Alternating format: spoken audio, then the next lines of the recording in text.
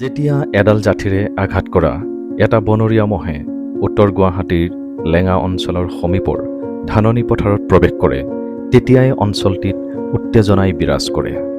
জাঠিডাল মহটোৰ শৰীৰত সোমাই আছিল। মহটোৰ যথেষ্ট বিষ আৰু তেজৰ ক্ষয় হৈছিল যদিও এই বিশাল বনৰীয়া মহটোৱে কাকো খেদি আক্ৰমণ কৰা নাছিল আৰু বোকাময় পথাৰত এনেদৰে দৃশ্যমান হৈ আছিল।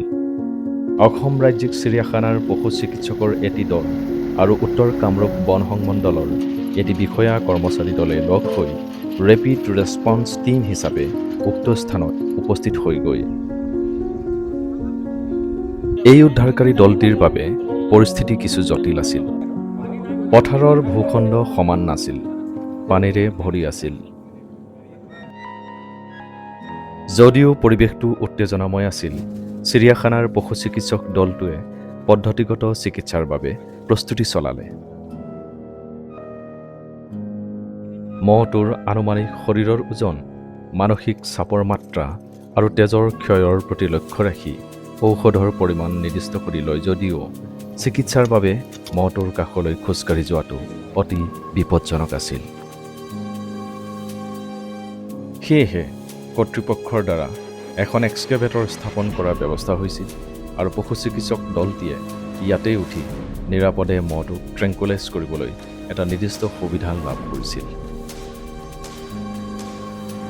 আৰু সেইমতে ট্ৰেংকুলাইজাৰ ৰাইফলেৰে মহটোক চেতনাহীন কৰিবলৈ সক্ষম হৈছিল।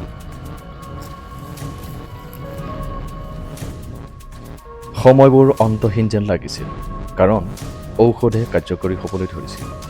মহটোৰ গতিও লাহে লাহে লেহেমীয়া হ'ব ধৰিছিল। উশাহ নিশাবোৰ গভীৰ হৈ পৰিছিল।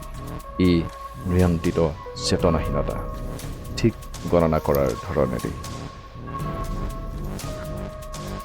মহটো সম্পূৰ্ণকৈ শান্ত হোৱাত চিকিৎসক দলটোৱে তৎক্ষণাত মহটোৰ কাষলৈ যায় আৰু পিঠিত সোমাই থকা জাঠিডাল আঁতৰাই তাৎক্ষণিকভাৱে বীজাণুনাশক চিকিৎসা আৰম্ভ কৰে। তাৰ পিছত আহিল চিকিৎসাৰ অন্তিম পদক্ষেপ, মহটোক অচেতন অৱস্থাৰ পৰা পুনৰ চেতন অৱস্থালৈ ঘূৰাই অনা, দ্য ৰিভাৰ্চেল ড'জ।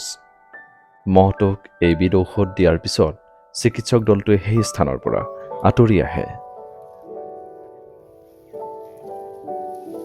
মৌনতাই পথাৰখন ভৰি পৰিল। লাহে লাহে মহটোৱে লৰচৰ কৰিবলৈ ধৰিলে। হেৰুৱা শক্তি পুনৰ ঘূৰাই আনি নিজৰ ভৰিত থিয় হ'বলৈ স্থিৰ কৰি ল'লে। ঘূৰাই পোৱা শক্তিৰে শান্ত আৰু দৃঢ়তাৰে মহটোৱে নিৰাপদে বনাঞ্চলৰ দিশে আগবাঢ়ি গ'ল।